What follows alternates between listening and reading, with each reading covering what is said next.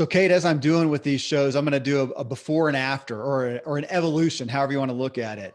And your story is a great one to use as a muse here. I mean, so here you are, high achiever, competitive swimmer, a model, TV news anchor, broadcast journalist. And I assume you got there because you did have some good, fairly healthy, intentional habits to some degree. However, you also ended up being, as you wrote in the book, that girl crying your eyes out at the pharmacy counter, getting your anti-anxiety meds after a big ordeal in your life. And we talked about that in our previous show together, which was episode 911 of the Ziglar Show. I assume some things have evolved from that point on. So I want to walk through these spokes here on the Ziglar Wheel of Life and ask you what you were doing and what changed. And maybe some didn't. I don't know.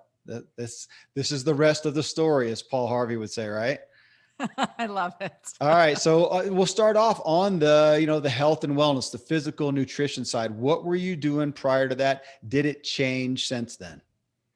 Yeah, so I think I've become more conscious and intentional and deliberate with some of the things that I'm eating. And for me, I do have a sensitive system.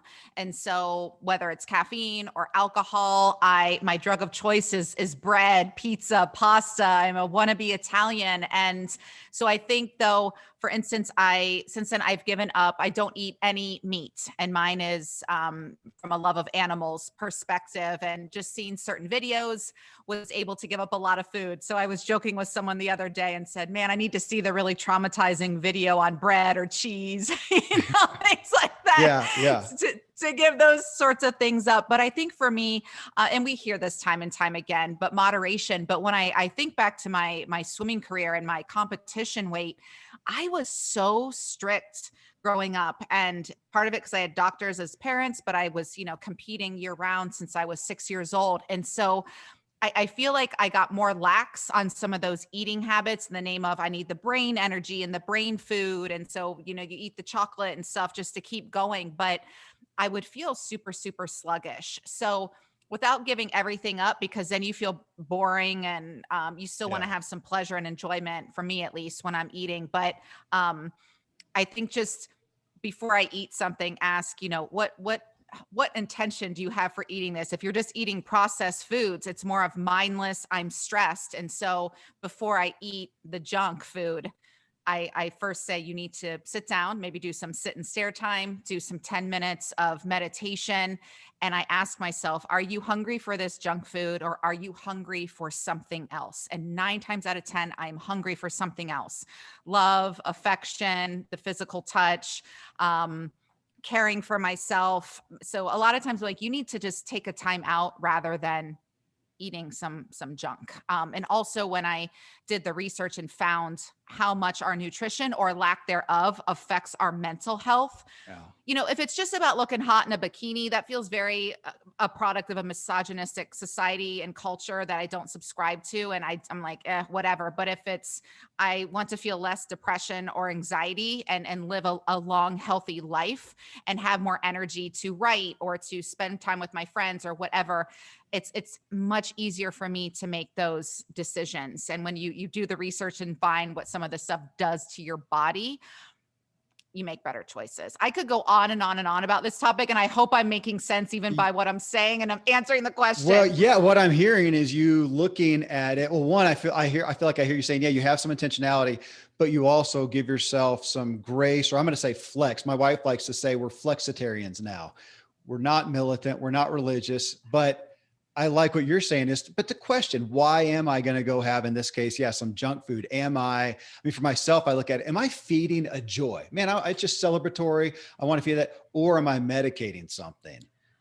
And so I hear you saying you're sitting in there and then making a decision that you're in agreement with.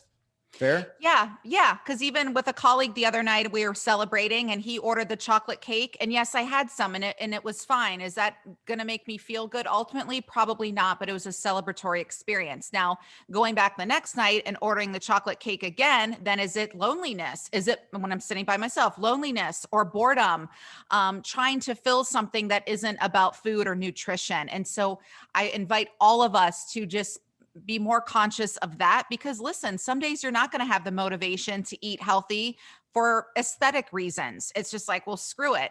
So for Mhm. me, it always has to be something deeper than the physical. And for me, it's, having the energy to do the tasks that I want to do. And again, the long game. Let's all look at the long Yeah. game.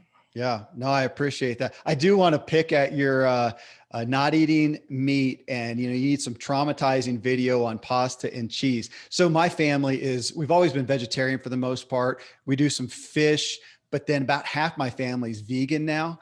And so the question comes up a lot, but then one of the kids, I think, sent me this meme just poking fun at all of us and saying, you know what, here we are. And if we're going to eat meat, we're going to eat, the happy cows, the happy chickens or whatever. So they sent me this little meme that says, why are we doing that? They've got a happy life. Shouldn't we just eat the ones that are suffering, put them out of their misery? So that's the joke now is if we're going to eat meat, we should eat the poor decrepit creatures. So we ultimately just don't eat any meat anyways, but I appreciate that. I'll find something. We need one on traumatized pasta and cheese, so we would leave them alone. I appreciate that. Hey, I have to, I'm, what about go ahead. exercise? What are you at least doing today? Everybody likes to hear that. There's so many fads out there, so many different things. What's your go-to? I like to keep it super simple. My go-to is a walk in nature. Ideal day, I'm doing 5, 6 miles, getting well over my 10,000 steps a day. That absolutely saved me during COVID. And again, it Mm. wasn't just about the physical health. Some days it was, you know what? I talk to myself like I was my own child, or I'm like, you know what? You're going to walk until you're less grumpy. You're going to walk until you're not angry about that upsetting email. You're going to walk until your head is clear and you can sit down and write 1,000 words or 10,000 words or whatever my goal was that day. And so walks in nature, they're meditative.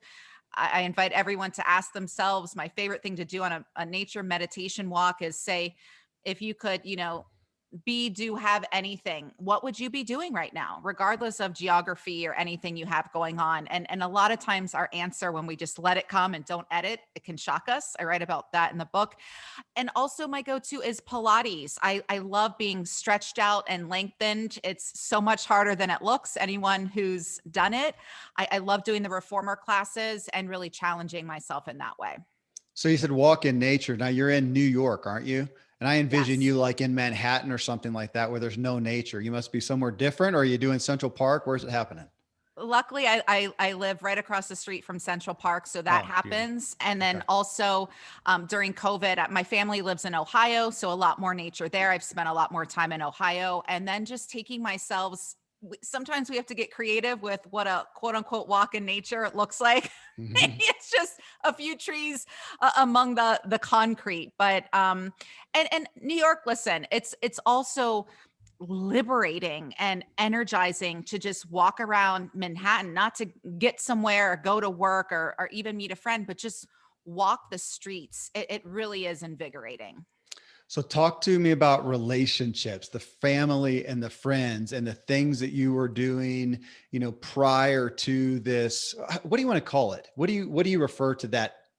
'Cause I I was gonna think say an the episode or wake an up event, wake up the call. wake up calls. Yeah, Okay. it was the losing the two friends to suicide, and then my own, dark moment at the pharmacy where didn't want to hurt myself, but was just in so much pain. And I think a lot of people can relate to Yeah. being in a lot of pain from Yeah. a traumatizing event. So in that, the things that you were doing to nurture and foster healthy relationships, anything changed from then to now, or were you doing some of the things that have maintained? My relationships have always been really important to me, having healthy relationships with family and friends. And I think something that's changed that I really like to do is schedule in those calls with friends. I know we get sick of Zoom. Not everybody loves the phone, but my friend we're peer coaches, every Sunday we have our calls and they're 1 or 2 hours, and it's just really unpacking everything, processing. So we've all been guilty of this. You go weeks or months or even years without connecting with people or hearing from people. And so if someone comes to mind, they're coming to mind for a reason. They're probably thinking about us as well. So taking the 1 minute and saying, "Hey, Kevin, thinking of you. How you doing? Think about the last thing you talked about when we spoke." It's like, "Oh, how was your move?" Or "How was a vacation? Hey, how's your new podcast? Hey, just how you doing? It can be a loaded question, especially some some states of the world Yeah. recently. But Yeah. I think just again, being more deliberate with our relationships and quality time. I met with a client this past week, and he said something that broke my heart. He's a CMO of this Fortune 50 organization, but just said he wasn't nurturing his relationships at all because of work. He was working 7 days a week. And he said, now I'm making it a priority to reach out to people. And he said, and so many people are gone because I wasn't nurturing those relationships. So I think making it a priority, like anything else, as I love to say to clients lovingly, is it that you're busy and don't have time, or is this not a priority? And no one wants to feel, especially a close friend or family member, that they aren't even close to the top of your priority list. Yeah, that one, Kate, speaks to me. That is really the only time I connect with friends. Now I'm surrounded by family most days, at some point, but it really is. It's the only time. I am so selfish with my time. I think sometimes I'm paranoid about time slipping by. And so I often don't, I'm going to stay productive and do whatever. And it is the weekly scheduled times with a handful of friends. If it wasn't for that, I would not have a very broad scope of relationships, or I would say, or actually depth. I'm one with, a finite amount of really deep ones, but that's it. So I'm glad you pulled that out. I hope people hear that, because I think we're in a day and age where if we don't schedule it, it doesn't happen. How about mental is the next spoke now? Just your mental health. Lately, I've been really focused on just your mental state, which, I mean, your book is about. It's the full spirit workout. It's keeping your spirit the place you want. And yeah, in my mind, it filters through it to my mental state. How am I dealing with that? And that is the wake up call of your book, of saying, here you are going along, achieving the good things. Everything looks good externally. And there are some good things, but you came to a crux. Mental state wasn't great. And now here you are. So, I mean, obviously this is a big foundation of your message. Yeah, so definitely stepped off the hamster wheel. I threw that colorful plastic hamster wheel that many of us travel on. I got rid of that and chose not to step back on. That doesn't mean I'm busy. That doesn't mean I don't experience moments of exhaustion or overwhelm. But when I get to that place thinking, okay, what can you cut out of your schedule? What meeting do you not need to be in?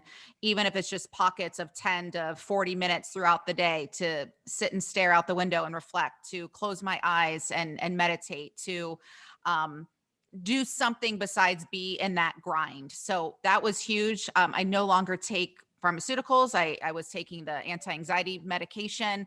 I believe we're all capable of getting off of that hamster wheel as well. I'm not speaking to people who have diagnosed schizophrenia, bipolar disorder, conditions like that. I'm not a doctor. I don't speak on that. I'm talking about all of the people that are on pills because their doctor just says you need to be on this and aren't asking questions and think that you need that pill to survive. I was there. I am here to say that you don't.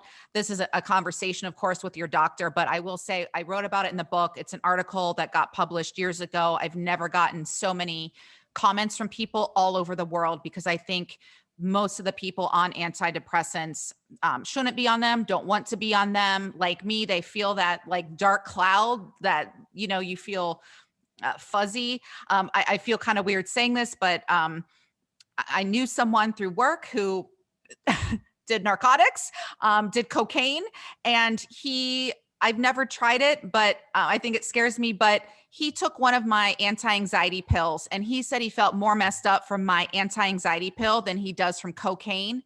Again, that's like seeing the animal being abused and never eating meat again. That stopped me cold in my tracks. And he said, because he knew how anti-drugs I am, recreational drugs, he said, the fact that you take this medication is horrifying.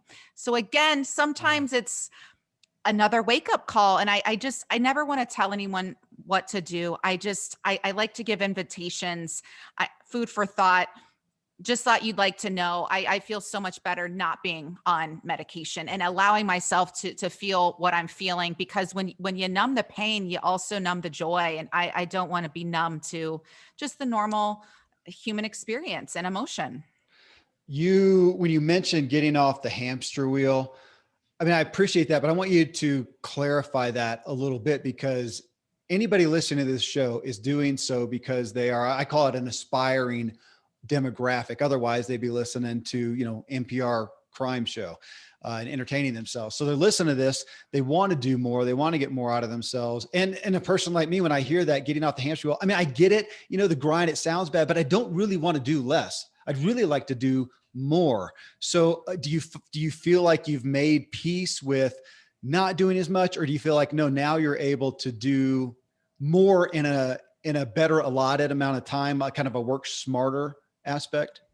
That's a great question. And a few things. The hamster wheel to me is also, you're doing things to satisfy this insatiable hunger because you're doing it for what mom thinks and what society says. And you're going through the motions to like sweat and pant and achieve these goals that you probably don't even want half of them, but it's what society says you should be doing. It's what's going to impress the people next door or online or wherever. So it's asking yourself, why is this important to me? Why do I have this goal? And the things that aren't important, the things that are satisfying some external thing but aren't satisfying you, that's getting off the hamster wheel. It's choosing to do the things that light you up, that have meaning for you. Certainly there's days you don't want to go to work, but you go and you make the most of it. Yeah. But the hamster wheel is saying no to all the clutter, the invitations you don't want to say yes to. It's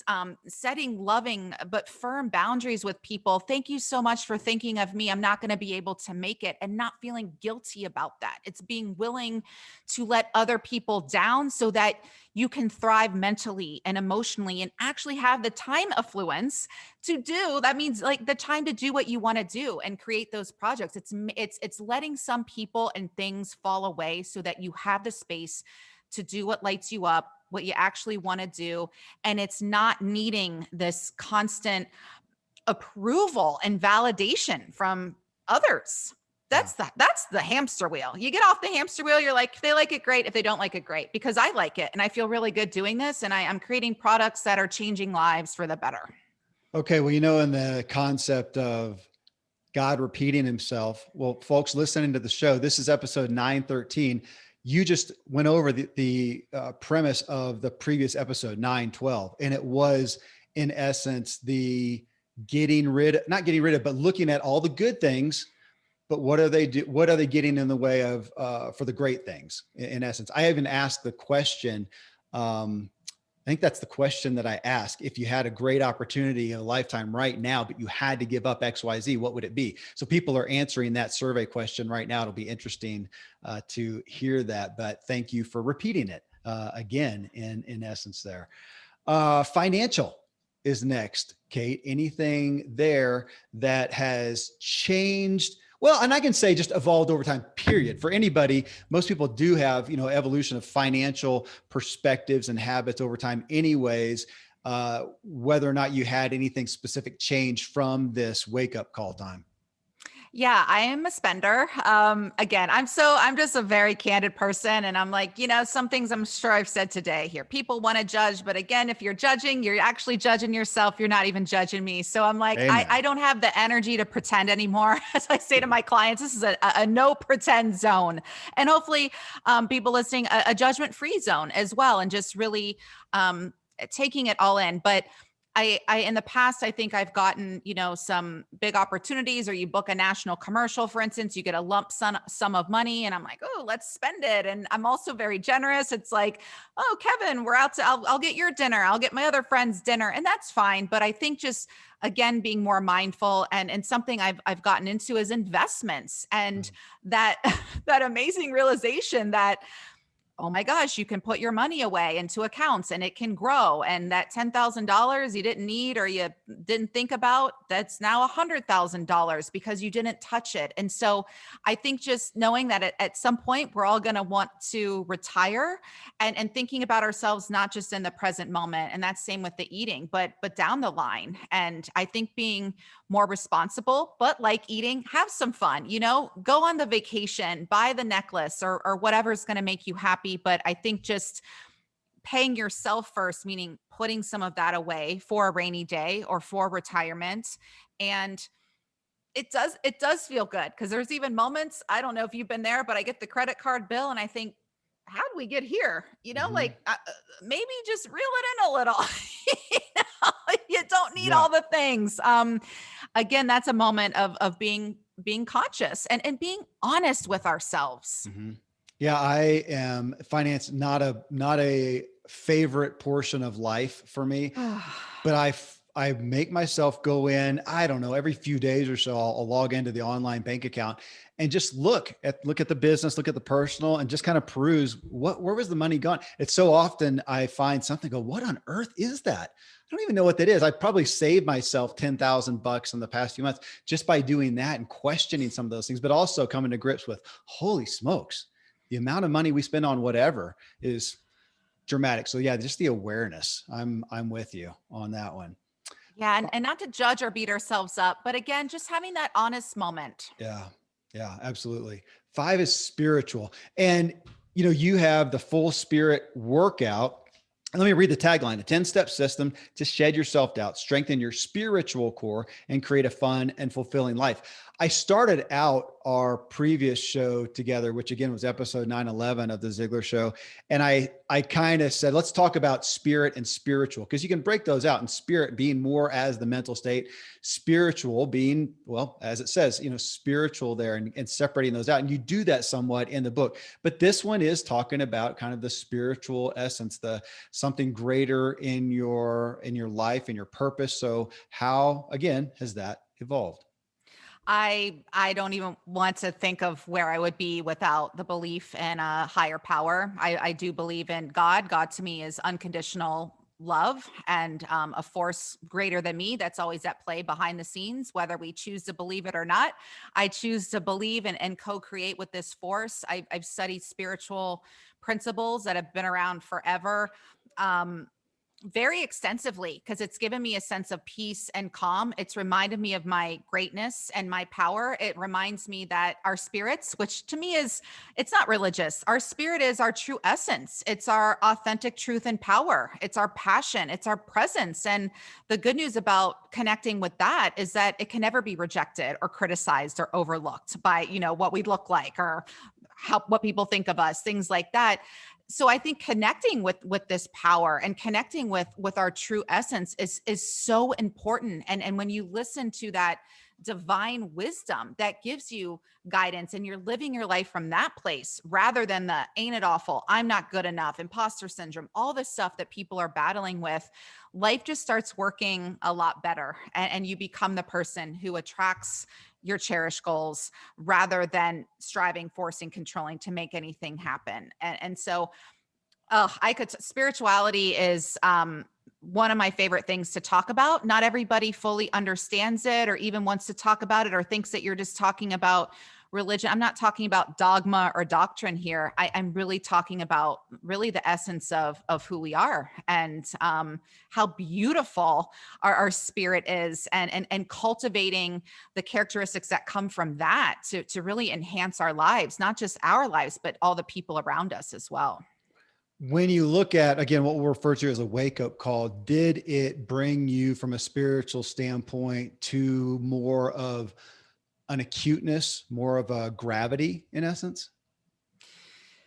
Yeah, I was studying spirituality and I was into it. I was just really stepping into it in a meaningful way before I lost my two loved ones to suicide. And so then and of course then what are you doing? You're questioning, you're angry, you don't understand but the message I was getting is it's even more important to dive into that. It's almost like, an athlete saying, well, man, I didn't even make the finals. I'm just going to give up. But I think, wow, I didn't make the finals, but this is really important to me. So I'm going to train even harder. I'm going to train even smarter. And then, I'm going to give it my all. And then if I don't win or make the finals next time, I'm okay with it because I knew I gave it my all. And I think the same is with the spirituality and diving into these practices. It's just, what do you have to lose? That's what I say to people. Like, literally, what do you have to lose by investing or believing in a force greater than you and inviting that wisdom and that divinity into your life? Well, it's in essence Pascal's wager that you're speaking to some degree there. Well, thank you. The sixth spoke here, Kate, is career. And now, and looking at the book, for you, again, to this wake up call was a pretty significant change in trajectory of your vocation. Yes. 100%. Gosh, of everything you've talked about, that I think that has been the most dramatic evolution, really, is over the past several years, is my career, and going from, this forward facing career, on camera personality and persona, to someone who gave up. And a lot people work their whole careers for that notoriety, or the money that comes with it, and to essentially give all that up. I still do some TV here and there, but to go back to school and spend so much time, energy, money, getting master's degrees and certifications, and diving into this, writing research papers while people are, at their jobs making a lot of money, and to spend so much effort, pay money to work. That's what I said. I was at Columbia. I'm like, I am paying so much money to work so hard at 40 years old. It's insane. But again, it's what kind of life do you have? And I knew I had a bigger purpose and mission. So it was worth it to me. And it feels so good to be working full time as a coach and consultant and an author and speaker, and start sharing these ideas with people. Not because it's easy or glamorous, but because it feels purposeful. I feel it gives me a lot of meaning and joy. Well, I won't ask you to name your age or your ages along that line, but you can if you want to, but I do want to back up, because so you had success. So you invested many years, much effort. You were a competitive swimmer. Then you get to the point and you are a paid model. I mean, for some people that would be, that's huge. You made it, the American dream, and you go from there.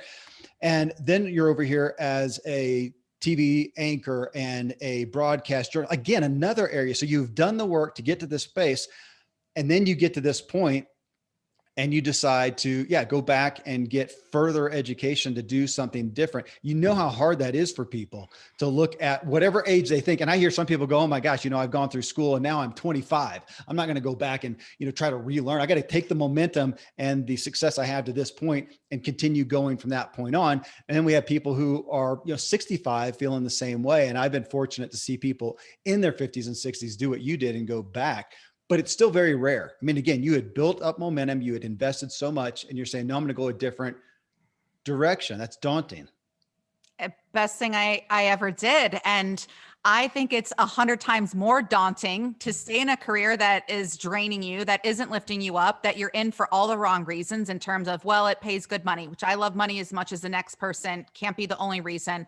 People aren't, that's how it was being an on-camera person. So many people are impressed by that. You're getting so much great validation and feedback. Doesn't matter. I think checking in again and really taking stock of how you really feel, and also the impact that you're making. I think it's important that we are contributing to society in a positive way. And it isn't just about our bottom line or what we look like, that, we are contributing to a cause or organization greater than ourselves, and not because it's cool, but because that is what's going to bring you fulfillment. Yes. And I think being really honest with ourselves, and this reminds me, I had dinner with a colleague the other night. He's a former CEO. He has homes all over the world, money that he'll never be able to spend all of it. And I said, what are you working on now? He said, I'm getting a master's degree. I said, in what? He said, psychology. I said, from where? He said, Harvard. And I'm thinking, this guy's pushing 60, doesn't ever need to work again, certainly doesn't need to go get a master's degree at Harvard.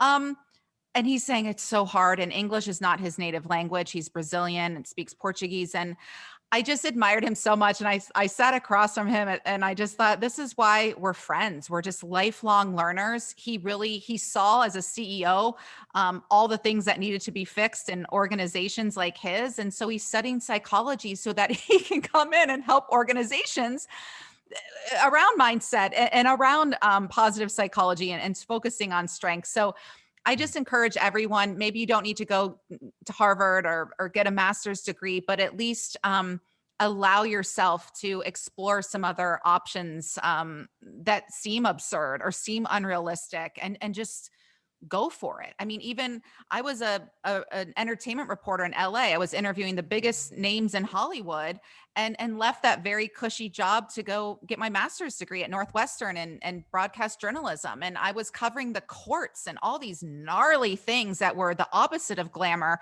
so much more fulfilling because I was working on stories to help bring about positive social change for underprivileged youth, for example. You know what? I am going to take advantage of having you here as a coach, working with people in their careers and their vocations and whatnot too, because we speak to this often, but I'm going to let you hit it again, because as much as we talk about you being, in this place and saying, hey, I'm going to go a different direction, talk a little bit to the reality of the skills, abilities, the things that you did in every segment that were transferable, that we're not starting from square one.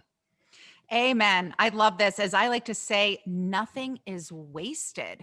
And even a man, the CEO pointed out to me a few days ago, he said, you remind me of this model and actress I liked from years ago. He said, you have those mannerisms. And I even thought, even the confidence it takes to stand up straight and be a model and have everybody judging you, but you do build confidence and you walk into a room and kind of command presence because that's what you're used to doing on set. And so to walk into a room full of skeptical CEOs and be like, here I am, your coach.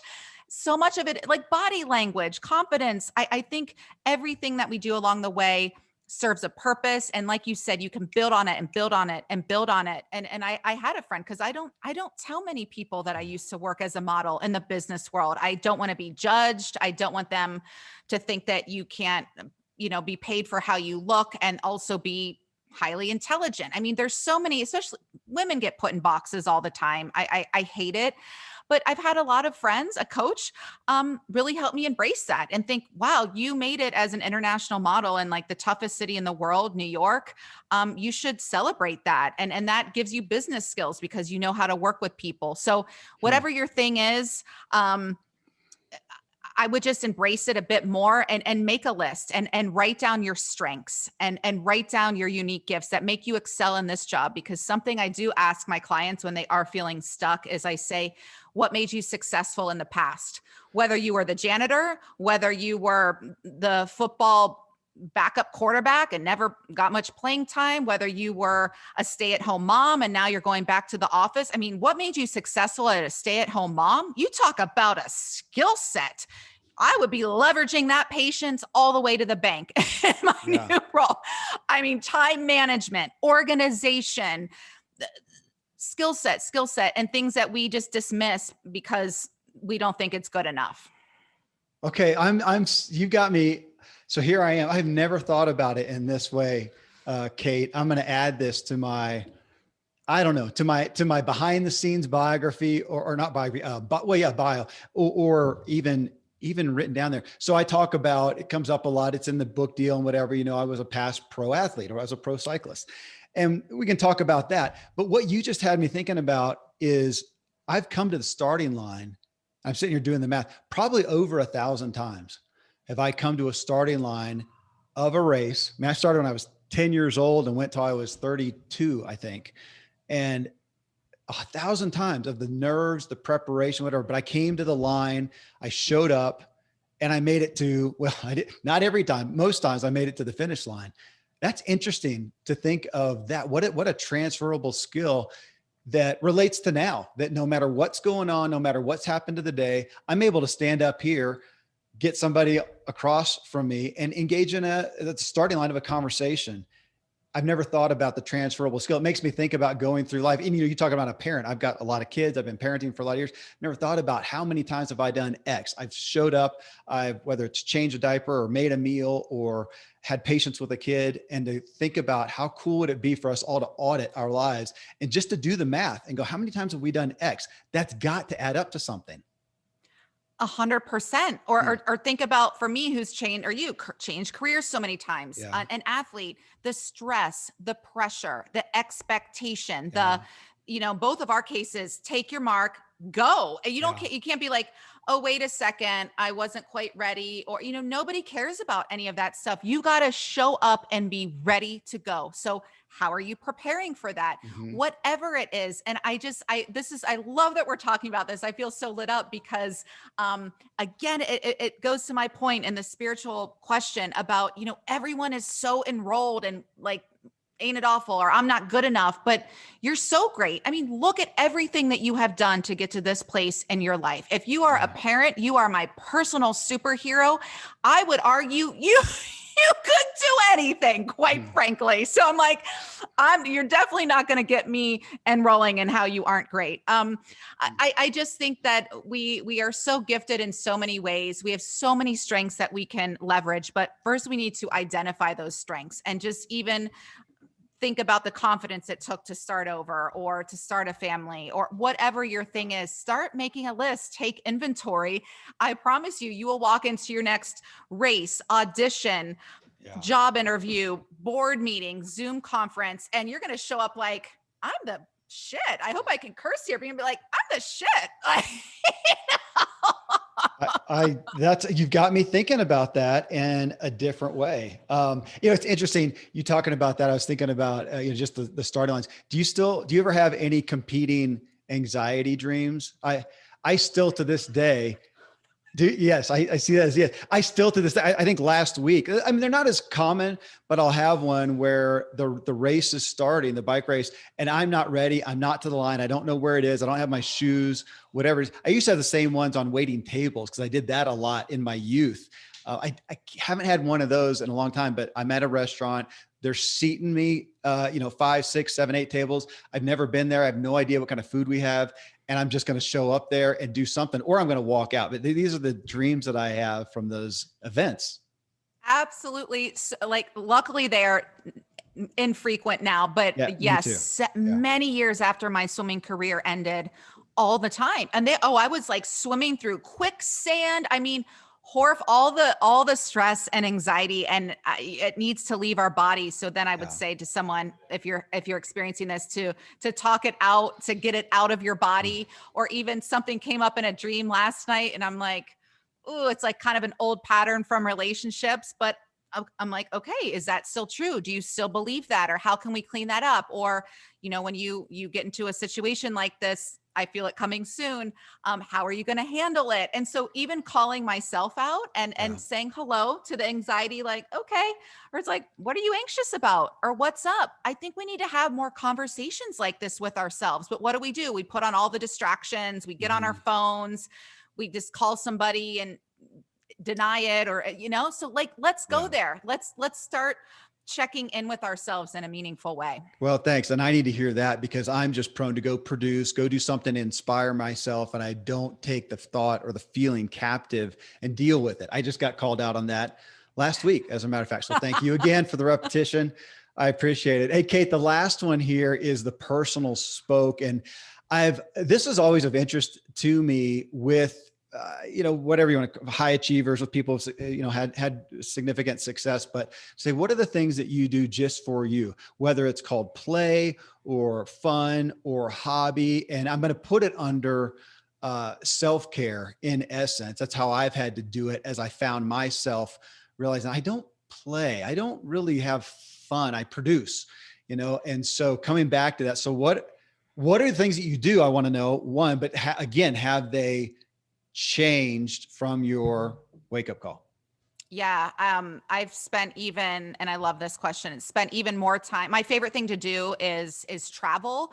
Um, Mainly because you learn so much about yourself. And I will add, I'm inviting in actually some travel companions, but people with kids, spouses, they're kind of out. People don't want to spend the money, or are just, our schedules don't align. So I travel the world alone.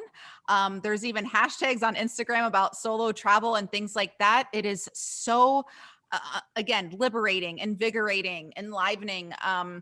You learn so much about yourself. You build your confidence. You meet people from all over the world, and you just get to explore things different from yourself or your environment. And so it forces you to become a different person in that habit, and really expand and grow. So I Mm. have so much fun doing that. Europe is my favorite place to go. So I have 3 trips to Europe planned for the rest of this year because, we didn't get out much for a while.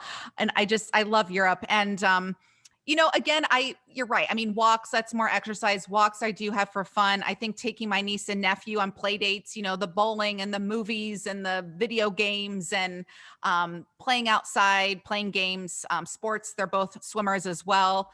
Anything athletic. But I also, what just came to mind, and it feels like this luxury experience, but we all need to be getting massage or getting facials, and not just the relaxation, but also, I mean, my feet were so beat up, woman wearing heels now again and stuff. And so my feet are, but even just taking the time to have that physical touch, and the healing treatments. And I think fun too. I don't take myself so seriously. So I think when Mm. I don't have the opportunity or time to travel, go to the spa or whatever, see the kids, it's being more playful in my conversations and just being Mhm. silly. I'm grown, I'm not a kid, but I think I'm always the biggest kid in the room, just energetically, because everyone is so stressed out. I don't know if you, I mean, it's like, and I get it. And I certainly have been stressed out, but I think the more we can just be silly and playful, crack a joke, let other people lighten up too, that's fun. That keeps me going, because after all, we are people. There's some business interactions. Everything's so stuffy and like, I'm here, I'm the consultant. Yeah. You're like, it's just, sorry. I feel like I'm being very wordy right now because I get excited That talking about these things. Well, this is I'll tell you, Kate, I'm going to take this as the third repetition from you of something that I'm working on, because that you saying, don't take yourself so seriously. And I think one that I am working on holding in balance or intention, however you want to look at it, is not taking even life so seriously, even as I feel like it is serious. Like in one sense, we need to take it more seriously. People aren't. We're letting it bypass us, and we're spectators to it. And so I'm in this camp generally of intensity and of taking it seriously, and over here feeling called, I think, by my creator to also let go, hold it. Don't hold on so tightly. And even the thought of be lighthearted, Kevin, be lighthearted. That's not, as an old counselor would say, I don't have a file for that really. And you saying not to take it so seriously, even as we are talking about a serious topic and serious topics here. Again, it speaks to me. And I look at that as my good friend Randy talks about, it's the bother. It's just both, that they both exist. But I've just been living in one camp, and it wears me out. It's exhausting. Yeah. And as I would say to you or anyone, it's when we take our lives seriously, which you do, you really care. You have all these impactful jobs and shows and things that you do. You're a great family man. When we take our lives seriously, we don't have to take ourselves so seriously. Mm, So I think that's the space that you're in. And you yeah. can have it's safe to be goofy and have some fun and crack a joke. And again, it changes the channel. It's like being in the horror film and you're like, I'm gonna have a nightmare tonight, and turning it off and putting the cartoon on. Sometimes I think we need to turn off the horror film that's ruminating in our minds, and put, or maybe it's just like I don't know, like the action flick it's like, oh, this is exhausting. And just putting on the fluffy cartoon. And I'm like, this is nonsense. This is so ridiculous, but it feels good, right? You Yeah. know? Okay, I'm smiling, Kate, because last night you asked me before we came on here, we were talking about how was your weekend, and I said, a sweet weekend. I hung out with my youngest daughter. I don't get a lot of alone time with any one specific kid. And so last night I think we were going to do dinner together, something like that. And maybe she asked to watch something. I can't remember, but somehow I pulled something up, and it was E.T. I thought, man, this is as a kid that came out back when, speaking of racing bikes, I was racing BMX, and in the movie, that was a big thing to us as kids. They had BMX bikes. We knew the brand, we looked that up, and they have this little scene where they're racing bikes. It was just sweet. And I just turned it on. I thought, man, this is not going to change my life. This isn't Braveheart, and I'm going to sit here and just watch a sweet little movie. And I did. I had to work myself through it a little bit, but it was the fluffy cartoon, as you said. but it was sweet. And yes, life can be serious. Do I have to be so serious? It is just a joy. Thank you for not taking it all so serious, even as we talk about topics that are incredibly serious. It is just a joy. Thanks for the behind the scenes look, Kate, and just sharing your heart. Thank you so much. You're an absolute joy and delight, and I could talk to you all day. Thank you for all the work that you're doing in the world. Thank you, Kate.